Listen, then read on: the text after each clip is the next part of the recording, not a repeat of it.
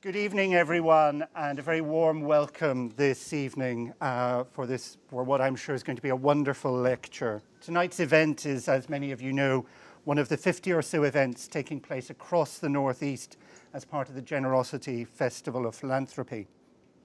And Newcastle University is proud to be one of the two lead partners for the festival, working in partnership with the Community Foundation for Tyne and Wear and Northumberland. The festival is a celebration of philanthropy, of voluntary giving for the public good, of going the extra mile, not out of self-interest, but in the interest of all in society. The extensive research now published on the festival website by colleagues here at the university reveals just how important philanthropy has been at various stages in history in helping drive beneficial social change here in the Northeast and across Britain, leading the way in vitally important fields such as welfare provision, education, health, and progressive movements for social reform, such as the abolition of slavery and women's rights. The lecture to be given tonight by Professor Helen Berry, incoming head of our School of History, Classics and Archaeology, is focused on the role played by philanthropists who have helped make Newcastle University what it is today. Topic about which I'm excited to learn more, and I'm sure you are all too. So let me introduce Professor Helen Berry. Helen is a leading historian of early modern and modern Britain with wide-ranging interests, including the history of philanthropy. She's a member, amongst other things, of our multidisciplinary Centre for Research on Entrepreneurship, Wealth and Philanthropy, ROOP for short. Her latest book, Orphans of Empire, The Fate of London's Foundlings, is to be published by Oxford University Press in April 2019. The book tells the story of the London Foundling Hospital, Georgian England's most famous charity, opened by Captain Thomas Coram in London in 1741. It also traces what happened to the thousands of children who otherwise would have been abandoned at birth. It's the outcome of years of meticulous research and is set to become a landmark study in the history of philanthropy. So without further ado, I'd like to invite Professor Helen Berry to give her lecture this evening. Thank you.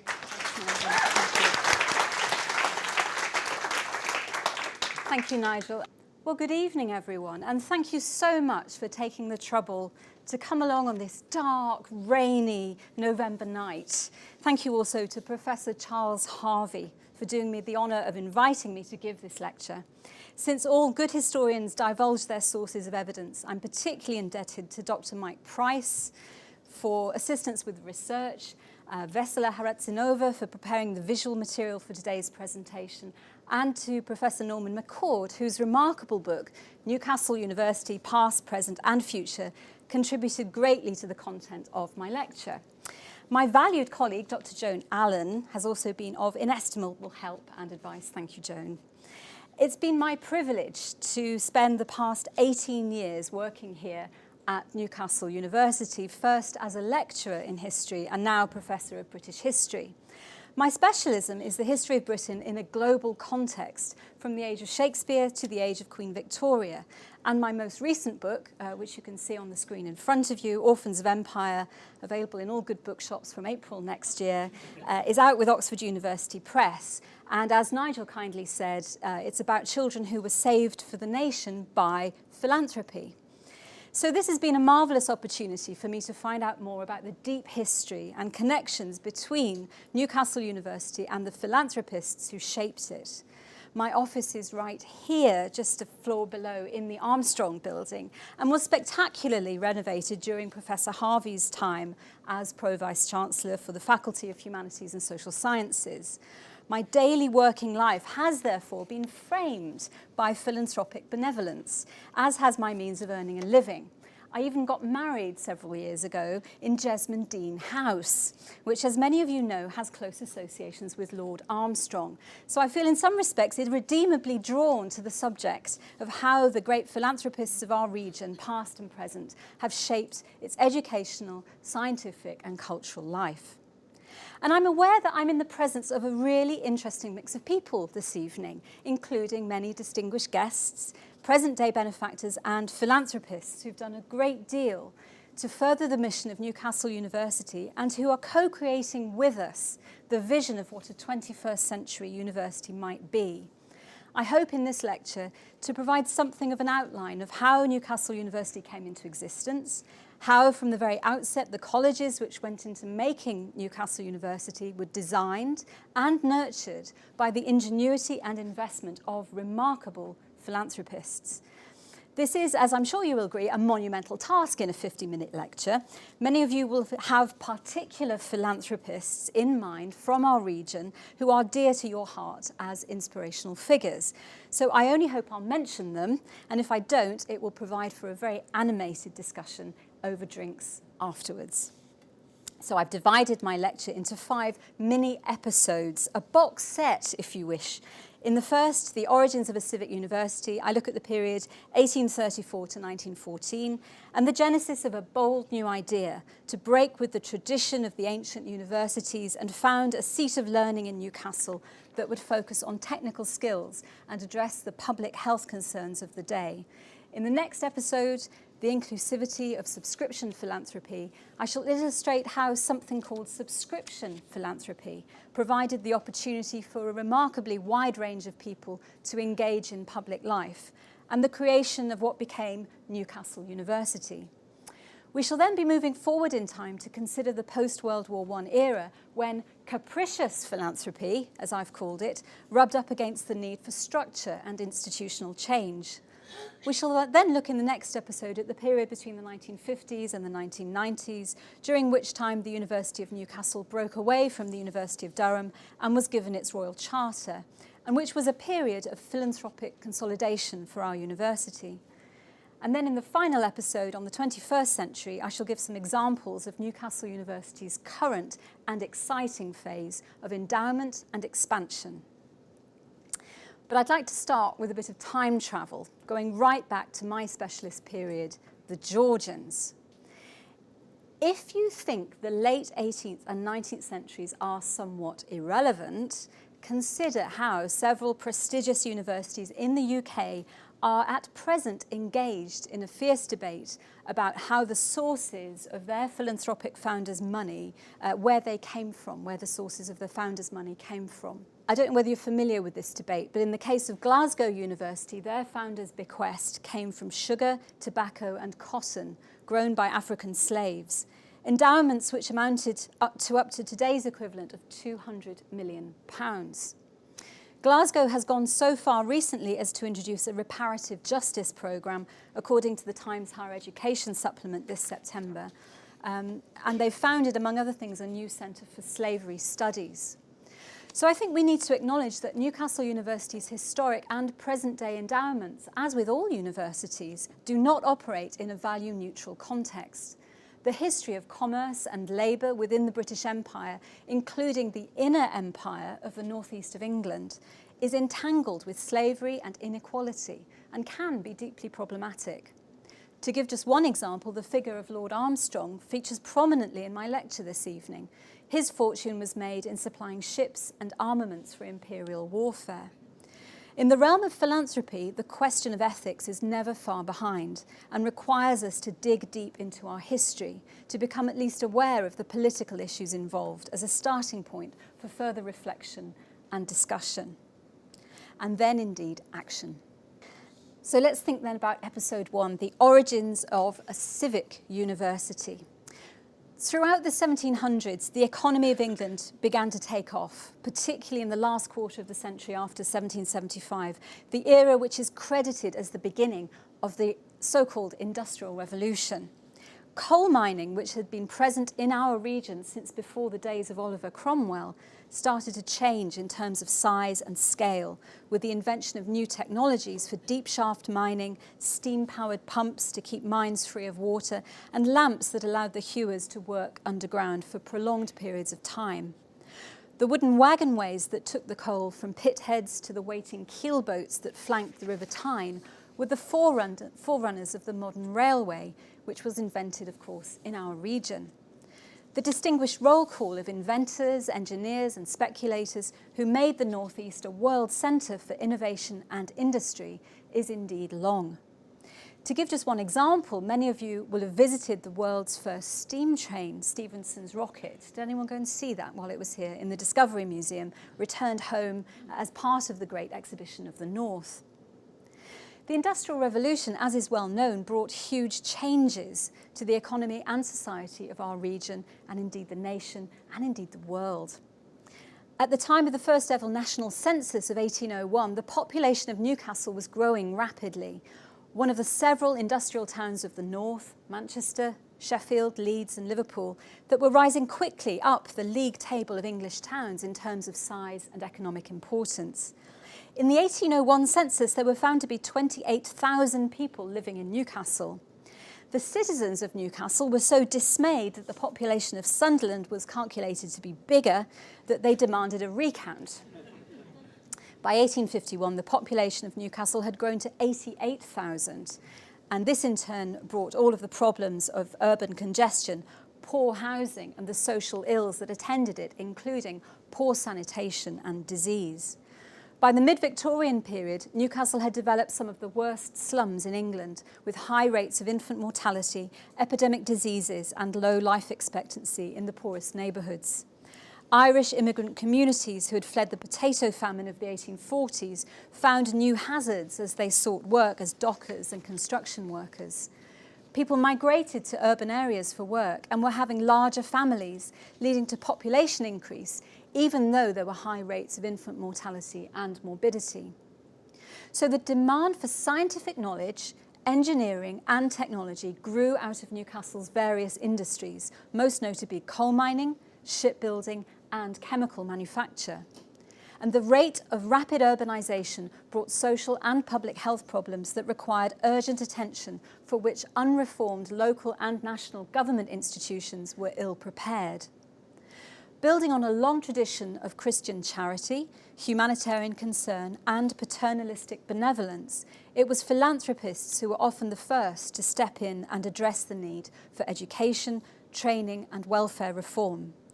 The late 18th century and early 19th centuries saw the creation of various philanthropic institutions in Newcastle to help alleviate the situation. These included the infirmary, the dispensary, 2 maternity charities, asylums for the blind, deaf and dumb, and the Lock Hospital, which specialised in cures for venereal disease.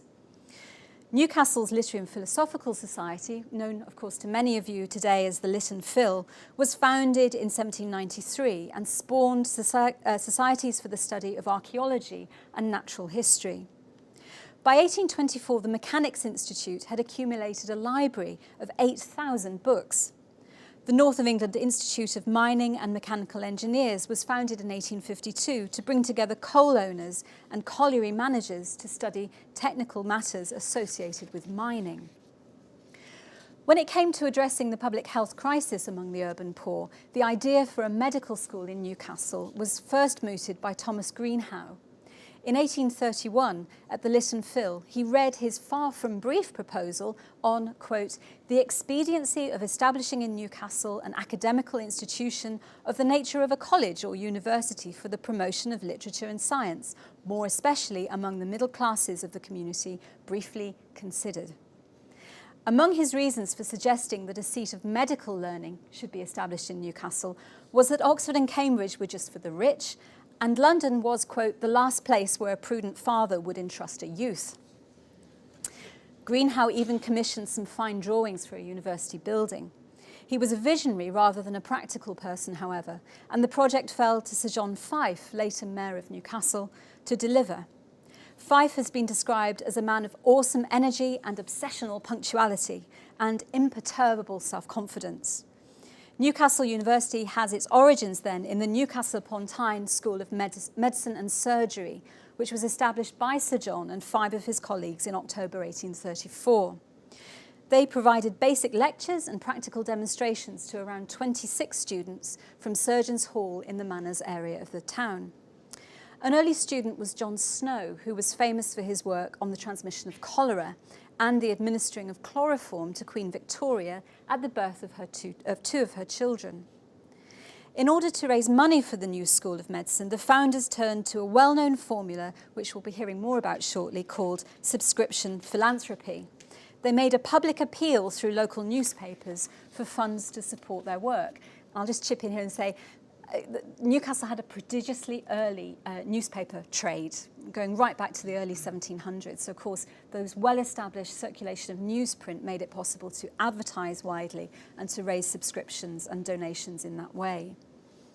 And over many decades, really from the middle of the 18th century onwards, subscription philanthropy became a very well-known and accepted way of raising capital for good causes. So in this case, they received a one-off donation of £100 from the Newcastle Corporation, £50 from the Duke of Northumberland, and £25 from John Fife and Matthew White Ridley, in addition to a large number of smaller donations. In the early days, the School of Medicine was so financially deficient that it asked new lecturers to make a contribution of £40 just to join.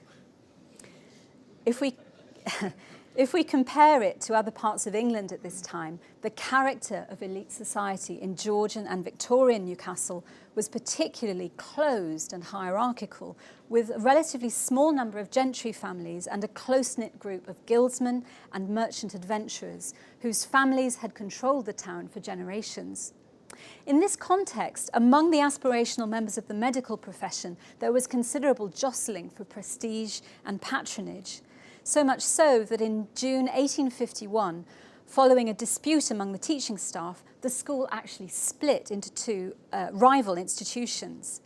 The majority formed the Newcastle College of Medicine, and the others established themselves as the Newcastle upon Tyne College of Medicine and Practical Science. By 1852, the majority college was formed, linking it to the University of Durham. It awarded its first licence in medicine in 1856, and its teaching certificates were recognised by the University of London for graduation in medicine. The two colleges amalgamated in 1857 and renamed in 1870 the University of Durham College of Medicine. It was overseen eventually by the University of Durham, and they administered the degrees, and they were recognised through the University of London originally. So that's quite complicated, and I think what I'd like to do at the moment, just hold that thought, and I would like us just to pause and think about how the ancient universities of Oxford, Cambridge and St Andrews were founded. And we can see how they shaped the idea of what a university was in the British Isles before 1800, and how the genesis of the Newcastle colleges, part of the administration of the University of Durham originally, differed from those ancient foundations. So this is where I did my PhD, Jesus College, Cambridge, and it's obviously part of the University of Cambridge. The emblem is that of a cockerel, which is a very bad pun on Alcock, Bishop of Ely. You see cockerels everywhere in Jesus College. So philanthropy is at the heart of the ancient universities, but it's a very different kind of philanthropy, I think. We see immediately that there was a very narrow and limited conceptualization of what a university should be at the ancient universities and who it was for. Following the Reformation of the Tudor period, when the Church of England split from Rome, the main purpose of Oxbridge colleges such as this was to train priests. Theology was at the heart of the curriculum, together with classical Latin and Greek, which enabled students to study the canonical literature of Western civilization. Membership of the Church of England was an essential requirement for going to university. I think that's a really important thing to note. As was, of course, being male, as was being from a sufficiently wealthy social background. It was only with the 18th century Enlightenment and the foundation of the universities of Edinburgh and Glasgow, the University of London and the Royal Colleges, all in sequential from the 18th through to the early 19th centuries, that medical sciences came to be studied systematically to degree level in Britain, open to the rising ranks of bright middle-class students and those who were not members of the established church. So if we consider our region here in the northeast of England, the model of an ancient university was followed by Durham, which was founded in 1832. And the Enlightenment model, which promoted medicine and science, commerce and industry, was followed by its Newcastle colleges, which were overseen constitutionally by Durham. At first, this was not a problem. In the late Victorian period, the Dean of Durham University, Professor Lake, offered £1,000 a year, considerable sum of money, for 6 years to support the establishment of a College of Physical Science in Newcastle, if an equivalent amount could be raised via public subscription. An appeal was launched to raise £20,000 to provide advanced scientific education in 4 northern counties and the northern region, and especially to teach science in applied English mining, agriculture and manufacture. The initial list of subscribers committed to funding for 6 years. And these included the leading citizens among the business community in Newcastle. And I'd like to just focus on 2 of those and tell you a bit more about them. William Armstrong, pictured here, and Isaac Lothian Bell. So first of all, we've got William George Armstrong, 1st Baron Armstrong, pictured here. And he was an industrialist. Many of you will know about Armstrong. In 1847, he founded the engineering firm of W.G. Armstrong & Co. at Elswick on the banks of the Tyne. His achievements brought him wealth and international fame and fixed Newcastle and the northeast of England firmly on the science and engineering map. Born in Newcastle upon Tyne, the son of a corn merchant and local politician, from an early age Armstrong possessed a fascination with all things scientific and mechanical. Though working initially as a solicitor, Armstrong devoted his spare time to engineering, specialising in hydraulics as a motor force for cranes and bridges. In the 1850s, Armstrong moved into the fields of armaments production, developing a new type of field gun in response to the high number of casualties experienced by the British Army during the Crimean War, which was attributed mainly to their inferior weaponry. He was subsequently commissioned to supply the War Office with Armstrong guns and received a knighthood for his services. In 1863, Armstrong purchased land near Rothbury and began the construction of his country residence, Cragside, many of you will have visited, where he would increasingly spend his time as he retired from the day-to-day running of his business. In keeping with his instinct for innovation, Cragside was the first house in the world to be lit using hydroelectric power and the first to be lit by Joseph Swan's newly invented incandescent light bulbs. Armstrong amassed great wealth and became a great benefactor to his native Newcastle. His gifts included Jesmond Dean to the people of the city in 1884, together with its house and banqueting hall, Armstrong Bridge and Armstrong Park. Armstrong was one of the main subscribers to the Newcastle College of Physical Science. In 1871, he donated £600, which is about £67,000 in today's money, towards its foundation. When he died in 1900, he left an estate worth £1.5 million, which is about £164 million in today's money. He left an enduring legacy, not only as a result of his scientific work, but also his philanthropy. Armstrong gave £11,500 towards the building of Hancock Museum of Natural History, which is now the Great North Museum, which is equivalent in today's value to over £1.2 million. And he endowed several hospitals, including the Royal Victoria Infirmary. So that's Lord Armstrong, and a contemporary of his was Isaac Lothian Bell, who I'm going to tell you a bit about now. He was the son of Thomas Bell, a partner in the Losh, Wilson and Bell ironworks in Walker. Thomas took the education of his 4 sons very seriously and wanted Isaac, the eldest, to have a full understanding of how commerce and industry worked from an international perspective. I think it's a great mistake to think of our region as somehow parochial. It's always been incredibly outward-facing, and Isaac's education really illustrates that. Isaac was sent to study in Germany, then Denmark, followed by Edinburgh University. He completed his scientific education in 1835 at the Sorbonne in Paris, before finally returning to Newcastle at the age of 19 to join his father at the Walker Ironworks. Though he would inherit the family company from his father, Lothian was determined to make his own fortune in industry. To that end, he moved further east along the Tyne and established with his brothers Thomas and John the Bell Brothers Company at Wylam in 1844. 6 years later, the company expanded south to take advantage of superior iron ore in Teesside. Lothian was recognised not only for his success in business, but as an authority on the theoretical aspects of science and industry. He published 2 papers which helped develop the process of steel manufacturing and continued to travel to Europe and America to learn new industrial techniques, bringing them back to England and introducing them to the North East. Lothian was the Liberal MP for Hartlepool from 1875, Sheriff and Mayor of Newcastle, and Director of North East Rail from 1865 to 1904. He was a lifelong supporter of the College of Physical Science at Newcastle and donated £4,500 in 1871, the modern equivalent of almost £400,000. He was also, I thought I would just mention this, the grandfather of Gertrude Bell, the great explorer, archaeologist and diplomat who drew up the boundaries of modern Iraq and whose archive was donated by the Bell family to Newcastle University. The Gertrude Bell Archive recently received UNESCO recognition as a World Heritage Collection of global significance. So thanks to benefactors like Armstrong and Bell, the College of Physical Science in Newcastle was founded in 1871. The college offered instruction in mathematics, physics, chemistry and geology to meet the growing needs of the mining industry, becoming the Durham College of Physical Science in 1883 and then renamed Armstrong College in 1904.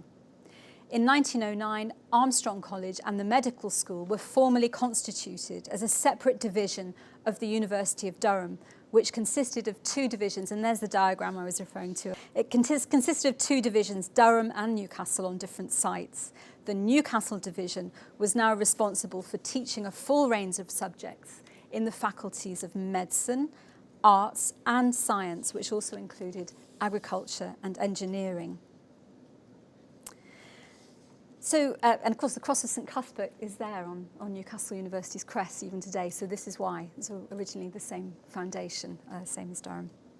The collective nature of philanthropic benefaction is something I've already mentioned in relation to subscription philanthropy. In the 1880s, the college had severe financial difficulties and it would not have continued to operate had it not been for ongoing investment by a growing number of local industrialists and business people who stepped in with financial support, recognising the need for the college's continued existence. These contributors included, I don't have pictures for them all, but they included Robert Spence Watson, who we are in the Spence Watson Lecture Theatre this evening, named after him, Theodore Mertz, Thomas Hodgkin and William Cochran. Work began on the Armstrong Building, the heart of today's Newcastle University, in 1886. The name Armstrong College leads to two common public misconceptions. The first is that the college is connected entirely with engineering, and the second is that Armstrong himself founded it. It was in fact decided to name the institution and the building Armstrong in recognition of the support that Lord Armstrong provided in the 1870s.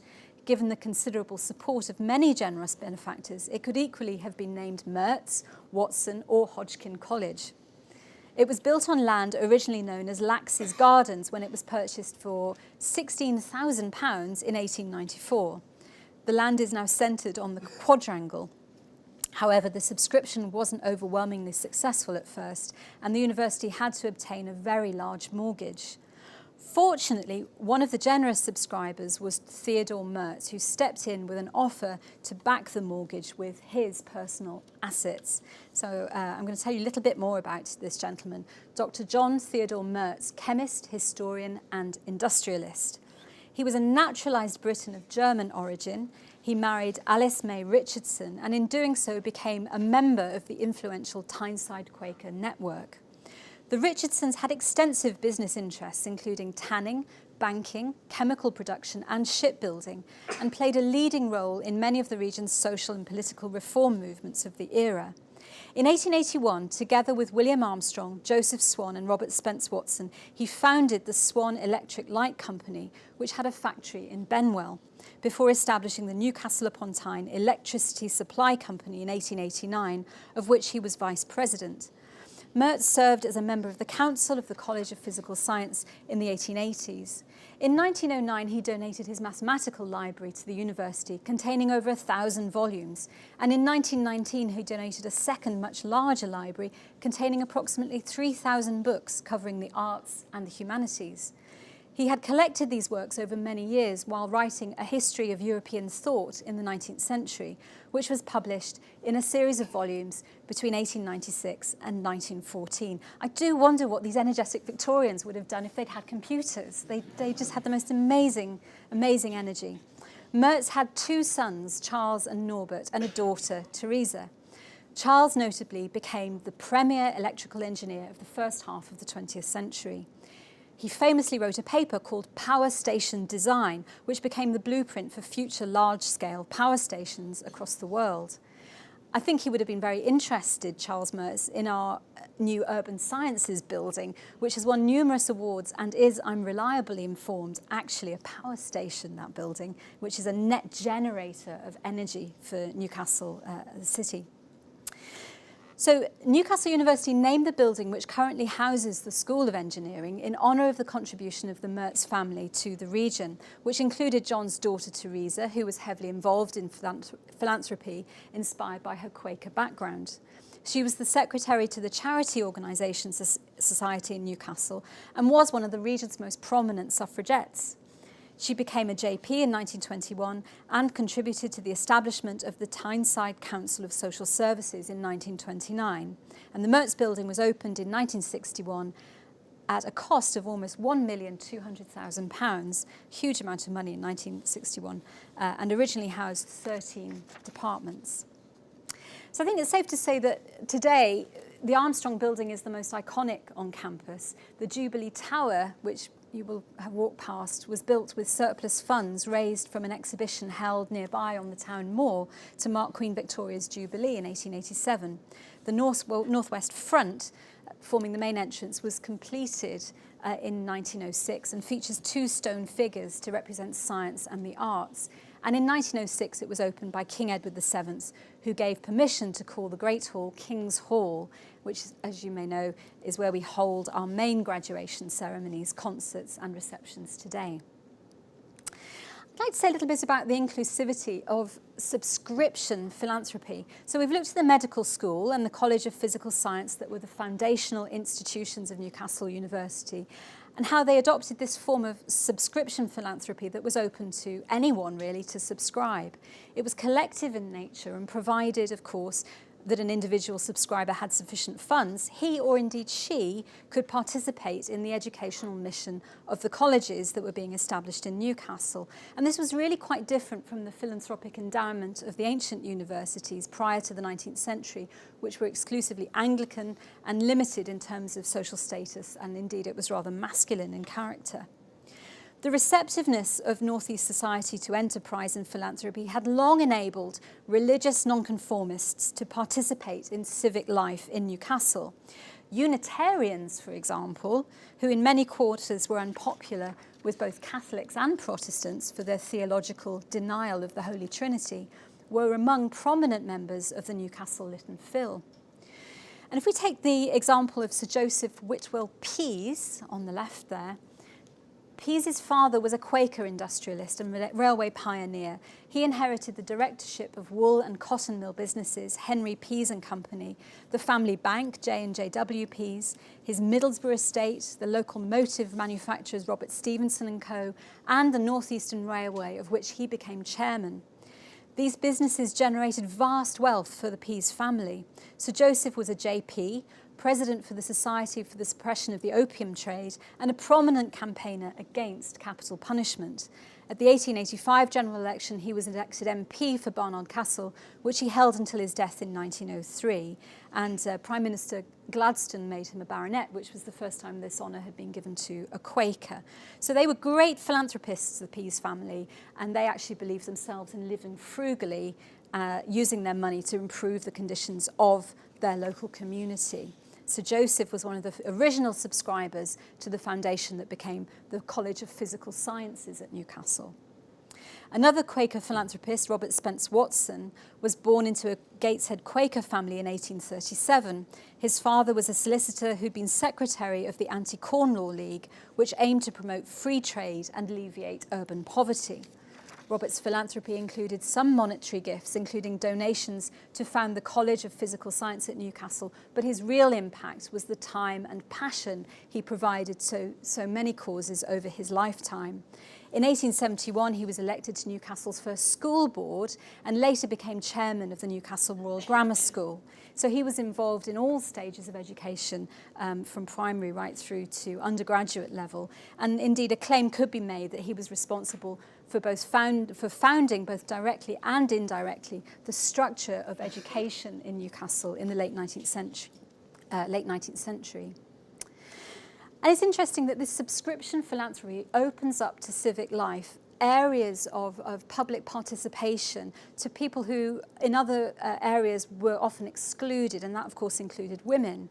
So Emily Matilda Easton, this rather formidable lady on the right here, looks very kindly, I think. She was born in Gateshead in 1818. Her brothers owned Oakwell Gate Colliery, which provided Emily with an income.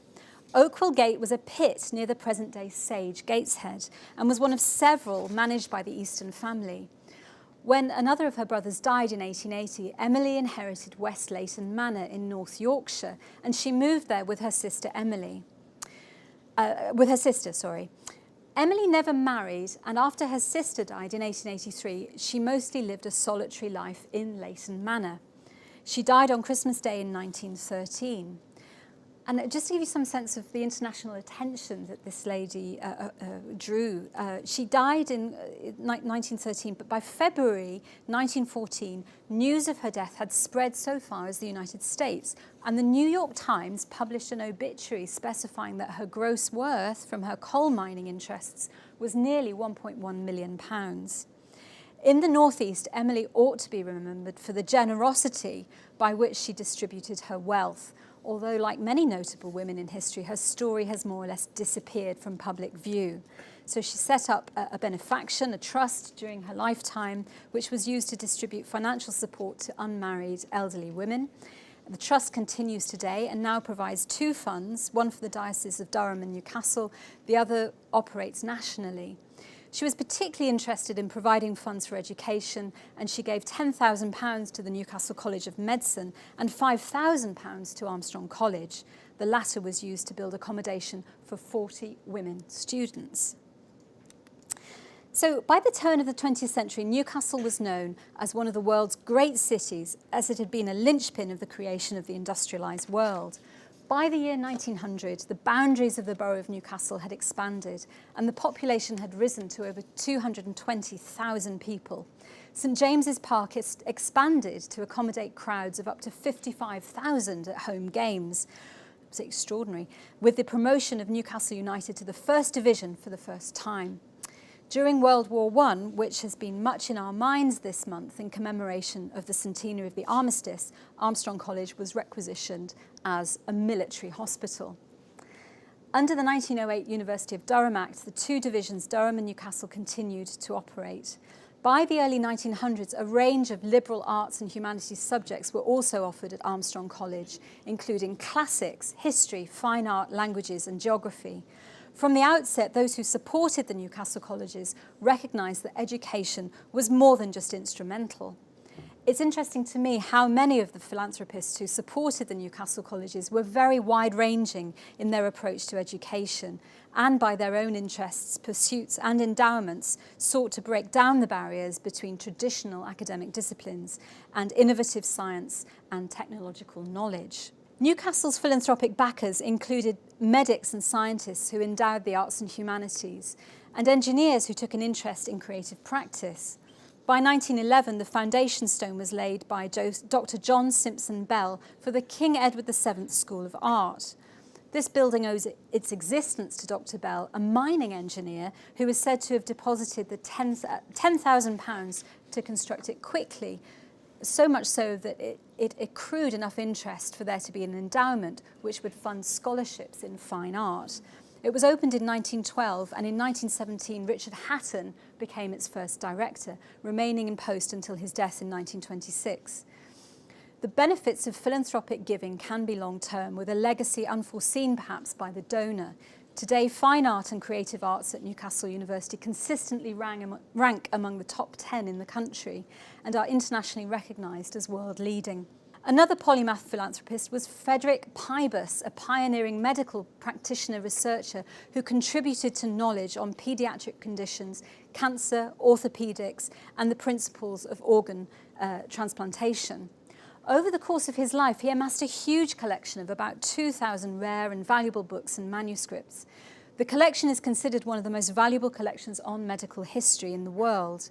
In 1965, 10 years before his death, he bequeathed his collection and personal papers to Newcastle University.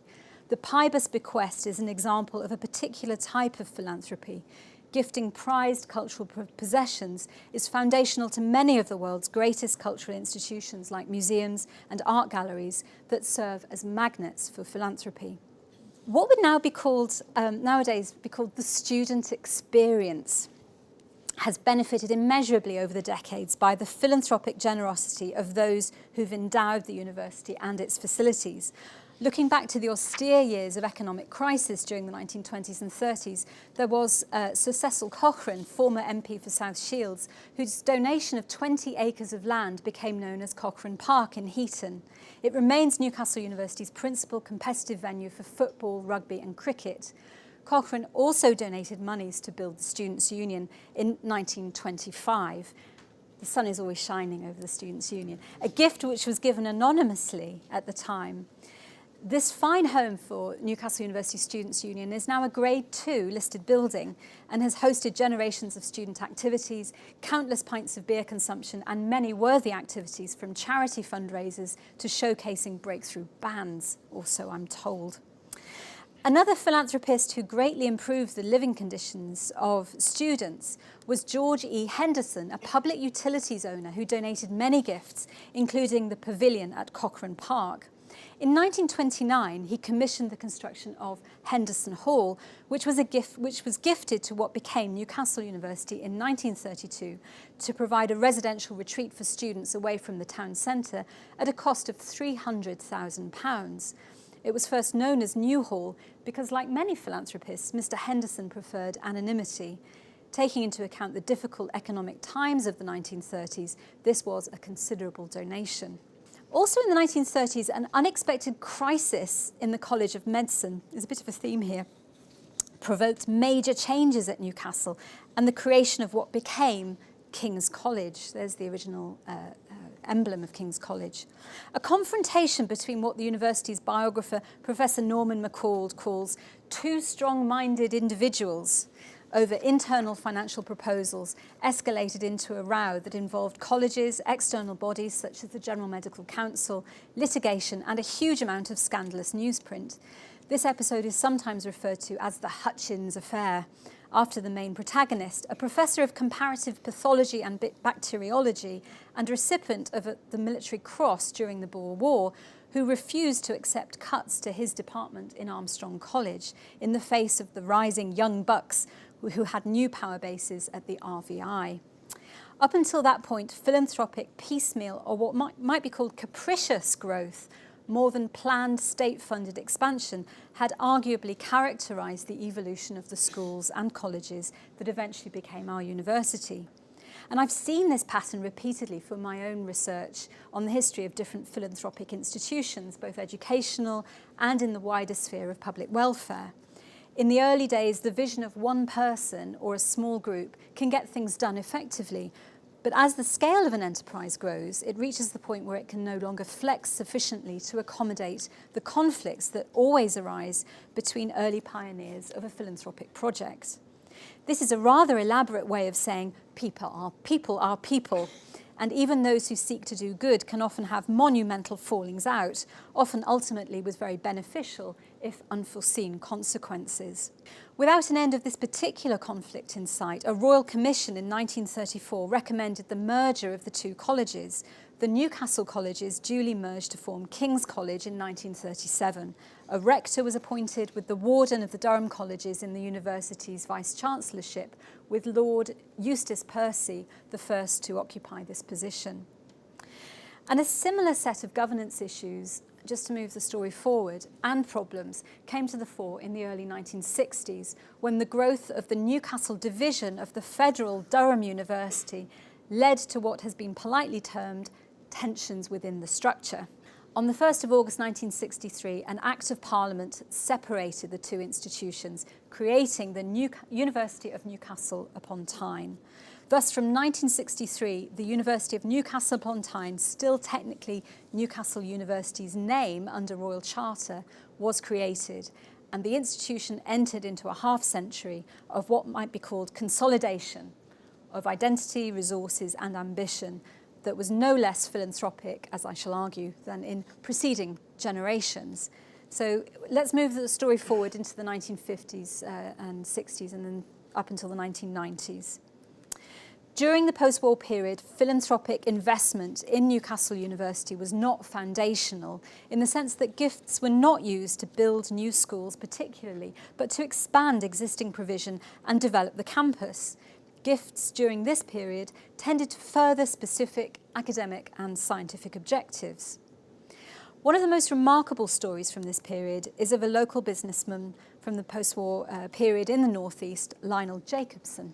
Lionel's father Moses had arrived in Newcastle in 1900 and established a small tailor's in Clayton Street with a £100 loan. In 1928, Lionel joined the family business Jackson the Tailor, which at the time owned a small but thriving network of 7 shops. He was an exceptional businessman and managed to increase the turnover of the business by 500% in just 10 years. By the time war was declared in 1939, he was managing 30 shops. During the war, his business produced uniforms for the armed forces, and in 1945 he acquired the Donegal Tweed Company, which expanded the business to 70 outlets. In 1953, following the death of Sir Montague Burton, the largest clothier in the world at the time, Lionel Jacobson was chosen as his successor, and Jackson's, his company, merged with Burton to form the Jackson-Burton Group, with 700 retail outlets. In the 1960s, they were selling 50,000 suits a week. Lionel married in 1937, and he and his wife went on to found the Ruth and Lionel Jacobson Charitable Trust. This trust received shares from the Burton Empire, providing an income from which donations could be made. Over the years, the Jacobsons supported many worthy causes in the northeast. In 1973, they donated the land which today houses the United Hebrew Congregation of Newcastle upon Tyne. Perhaps their largest philanthropic act was to establish a chair in clinical pharmacology at Newcastle University. And I'm delighted to say that their son is here this evening. Malcolm, you and your wife, Anne, are very welcome. Thank you. So Ruth's son, Malcolm, recalls that at one time his mother was making 30 or 40 individual donations a week to good causes in the region. How absolutely remarkable. A pattern of generous giving which was recognised with her award of an MBE. And I think she's there, right there in the middle, she and Lionel. I'm struck by how many of our philanthropic donors over the year have been motivated by a variety of reasons to want to give back to the community and to invest in education and research, sometimes for very specific reasons to do with their own background, life experiences and publicly declared medical histories. So I am going to mention some of their medical histories, but it's very much in the public domain, and it's something that they wanted to share with people as part of their philanthropic motivation. One of the most well-known of our modern benefactors is the novelist Cookson, who passed away in 1998. Her philanthropy was discreet and tended to champion causes with which she had a personal affinity. It's well known that sadly she suffered many miscarriages resulting from a blood disorder similar to haemophilia. In 1985, she pledged £800,000 to establish a lectureship in haematology to help find a solution to the hereditary problem that she suffered in order that others wouldn't suffer in the same way. In recognition of her gift, there is a wing of our medical school called the Cookson Building. She also gave £20,000 towards the university's Hatton Gallery and £32,000 to the Robinson Library. Cookson was extremely generous, and the trust which bears her name received the proceeds of her will and continues her philanthropic legacy to this day. On the subject of the library, the Philip Robinson Library is the main library for Newcastle University. It was opened by the Duke of Northumberland in June 1983 and was named the Robinson Library in 1989 after an £8 million bequest in the will of Marjorie Robinson. This is still the largest sum, and I think this is quite remarkable, the largest sum ever donated to a UK university library. Its name was changed again to the Philip Robinson Library in 2016 so as to distinguish itself from the Marjorie Robinson Library rooms, which are a beautiful, these are pictured here on the right-hand side. They don't look that remarkable from the outside, but the interior is absolutely amazing, sort of state-of-the-art, flexible facility, which was designed with our students when we asked them what they wanted, and it's really worth a look if you haven't been in there. Marjorie and Philip were both keen friends of the University Library and had a great appreciation of its quality and contribution to learning.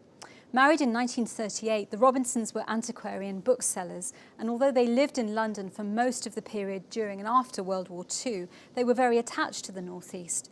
Philip Robinson's association with the University Library began as far back as 1924. In addition to a collection of rare books, Marjorie continued to take an active interest in the library after Philip's death in 1991 and made a further large donation of her own money to the University Development Trust. This provision ensures that our library can remain at the forefront of modern technology. So let's think about endowment and expansion from 2000 to the present day. Today, Newcastle University has one of the largest EU research portfolios in the UK. The annual income of the institution for 2016-17 was nearly £471 million, of which £108 million was from research grants and contracts. Teaching and research are delivered now in 24 academic schools and 40 research institutes and research centres spread across 3 faculties: the Faculty of Humanities and Social Sciences, the Faculty of Medical Sciences, and the Faculty of Science, Agriculture and Engineering. The university offers around 175 full-time undergraduate degree programmes in a wide range of subject areas spanning arts, sciences, engineering and medicine, together with approximately 340 postgraduate taught and research programmes across a range of disciplines. Overall, the university has endowment funds valued at £121 million to the end of 2017. These funds are represented by more than 100 endowments ranging in value from £11.5 million to £13,000.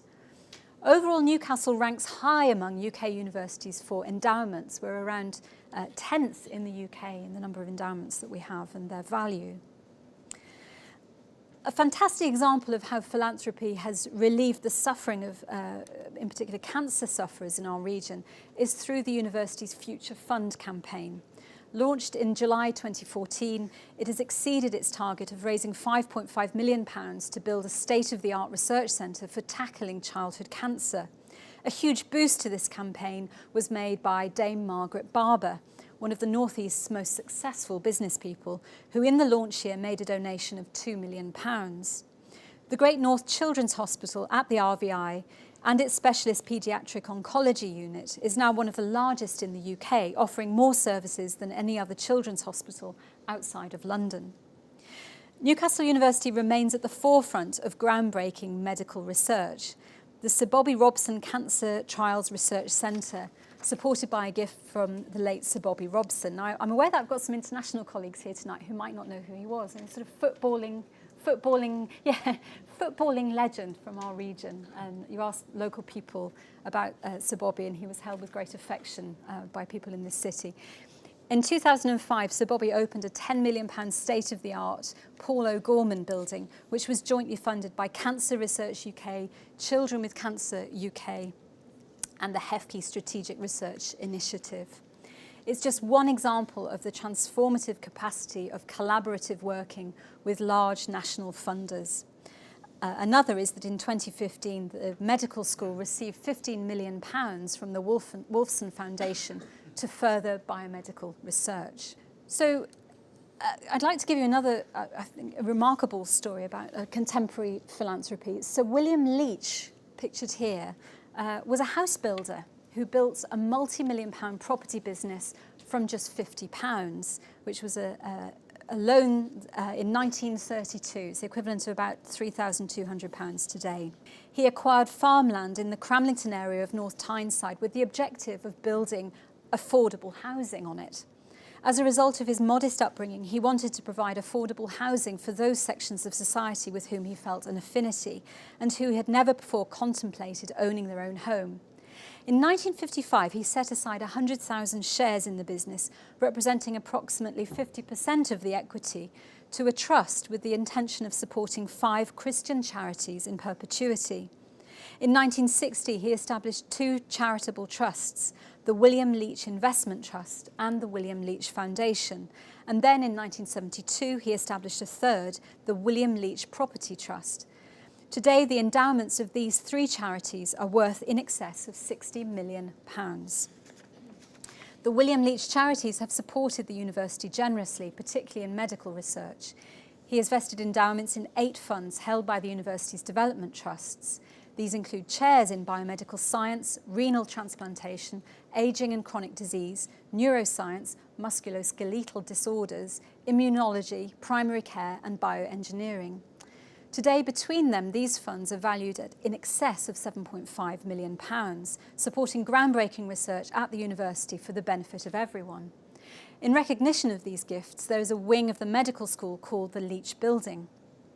Another interesting legacy inspired by Sir William is that of William Randerson, former owner of Smith & Gillinder, a timber merchant in South Shields, who left more than £1.1 million to the Newcastle University Development Trust when he passed away in 2007. Today, that endowment is valued at more than £1.7 million and is used to fund stem cell research with the aim of curing blindness, from which Mr. Randerson suffered. Randerson, who had no personal connection with Newcastle University, was in fact a good friend of Sir William Leach. He supplied the wooden trusses for his housing business, and it was this association and the good work that had been done through Sir William's funds that led to Mr. Randerson's large bequest in his will. So I think these stories illustrate how today the long tradition continues of mutual benefit and collaborative working between Newcastle University, business and industry. These benefits have been felt across the campus and in all areas of our activity and permeate beyond our walls throughout the region and into the wider world. To take another example, Newcastle University Business School is one of the largest schools in the university. Its origins can be traced back to the 1960s. I'm just going to move back one there. There we are. Its origins can be traced back to the 1960s when industrial management started to be taught in a room in the Stevenson Building. In 1977, a gift of £150,000 was made to the university by Alcan Aluminium Limited, which formerly operated the works at Lynmouth. Its chief executive, Sir George Russell, pictured here, is a Newcastle University alumnus. The gift established the Alcan Chair of Industrial Management, and the first person to occupy this role was Professor Colin Gallagher, who worked with colleagues to set up a part-time MBA course in 1981. Since 2001, the Alcan Chair of Management has been Professor Stephen Proctor, an expert in work and employment. The Alcan Endowment, which sits within the University Development Trust, is now valued at almost £1 million and will, through strategic ongoing investments, continue to fund this post in perpetuity.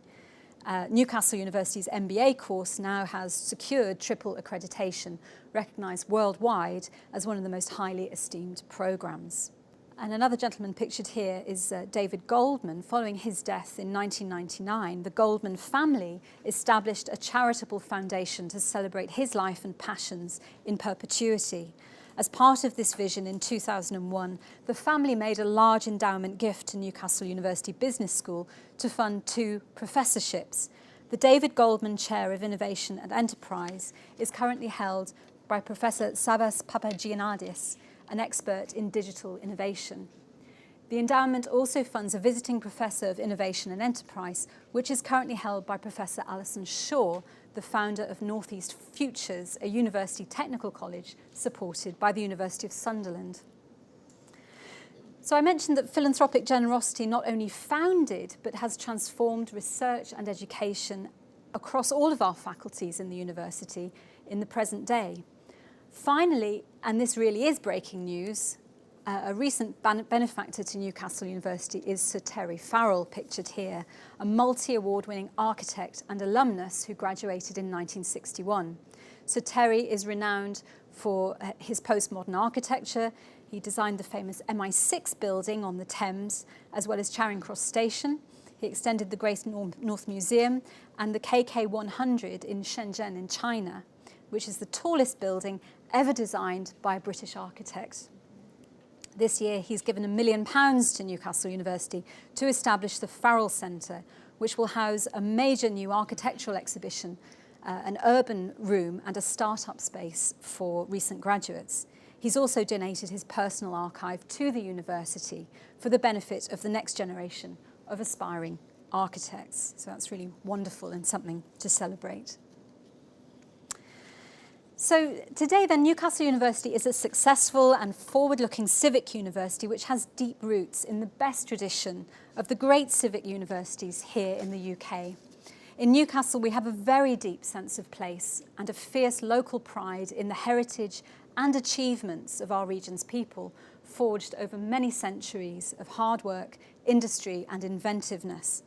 Philanthropy, past, present and future, is essential to who we are and what we do here at Newcastle University. I hope I've demonstrated how, over many decades, philanthropy has shaped our institution, the region and the wider world. It can be inclusive and transformative, but it is also not unproblematic. With it comes its own challenges, confrontations, and ethical dilemmas. I'm looking forward to debating those on Monday next week, which is part of our GeNErosity programme here in our festival, and I hope many of you will be able to come. So I hope my lecture has been something of a provocation as well as a celebration, and encouragement, I hope, to further free discussion and debate, which of course is one of the core values of any university worthy of the name. And I hope in the course of my lecture to have given you some sense both of the essential quality of philanthropy to the very existence of Newcastle University, and the way in which, although the nature of higher education has changed almost beyond recognition, even in the past 2 decades, the DNA of our university, the rationale for our research and educational enterprise, and our profound engagement with the community that we serve has remained consistent throughout our history. Thank you.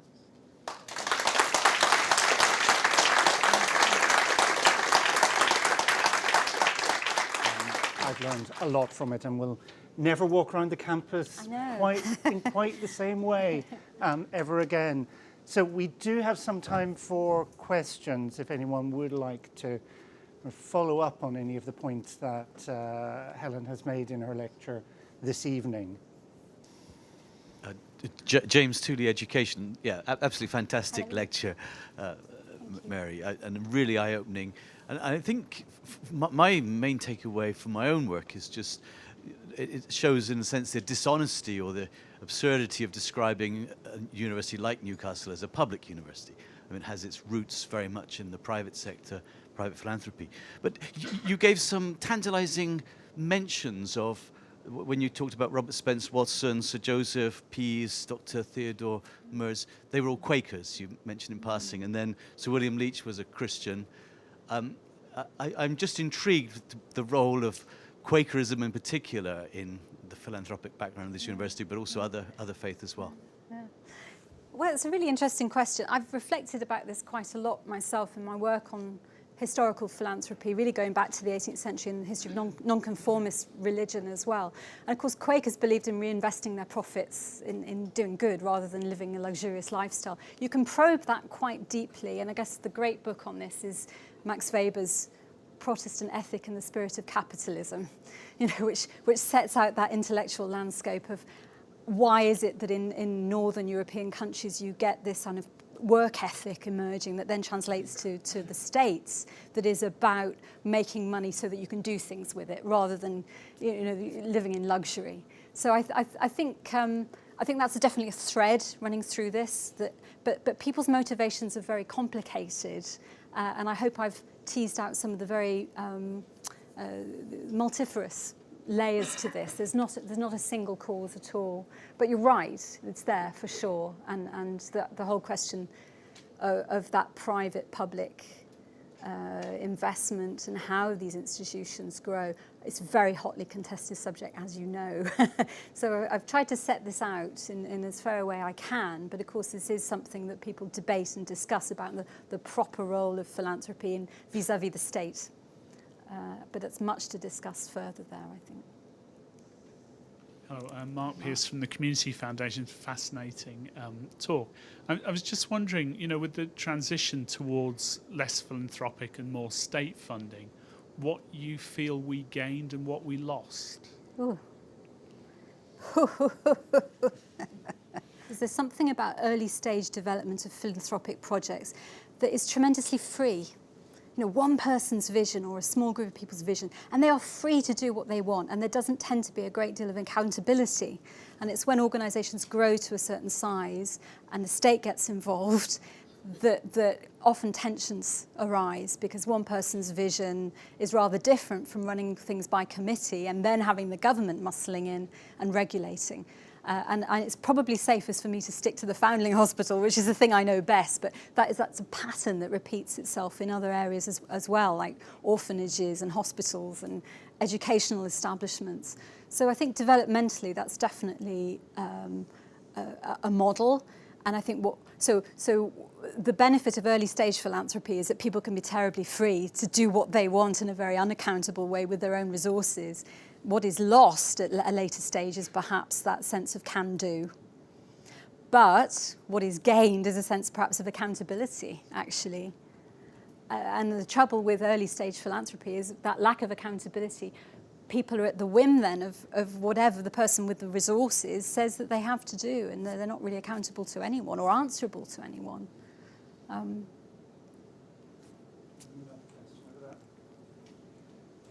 you, Helen. That was wonderful. But just taking up that point and taking it a little further, how involved were these individuals in the actual projects once they had donated their funds to them? Because some people are quite happy to launch an initiative to make it happen, but then step away and let someone else deliver the details. And I just wonder whether any of these individuals stood out as being different in that regard. Yeah. I mean, quite a lot of it, that's a really interesting question. Quite a lot of it is kind of posthumous as well. So it's rather like the retrospective naming of Armstrong College. And I think Armstrong did take a great deal of personal interest in things that he had a passion for. But of course, a lot of the stuff that was done in his name was posthumous. Charles, would you like to pick any of that up? Because there might be a couple of particular examples. Basically, with Newcastle, there's a fascination to these people in the 1920s, 30s, the 1890s. So Henderson, Cochran, Sutherland, they're all chairs of the university. They're on the council. They're heavily involved in civic life. And what they remind me of when I look at this is American universities today, where you often find the great and the good, heavily involved in the councils and governance of universities over long periods. And we had it first. I think that's the interesting thing. We had it first, and then it went away. And I think that will reappear. I think that this is set to become important again. Do you think in recent times there is a shift away from philanthropic giving to higher education because there are so many charities around dealing with the problems of social need? I was discussing this with Charles earlier. I think the big debate is about the respective roles of the state, of private philanthropy and the voluntary sector. And I think we're living through a time of enormous change and discussion about that relationship at the moment. I am aware about the shipbuilding, the role of the shipbuilding industry played in the building of the university through notably through the William Armstrong you mentioned. But I wonder about the overseas connections,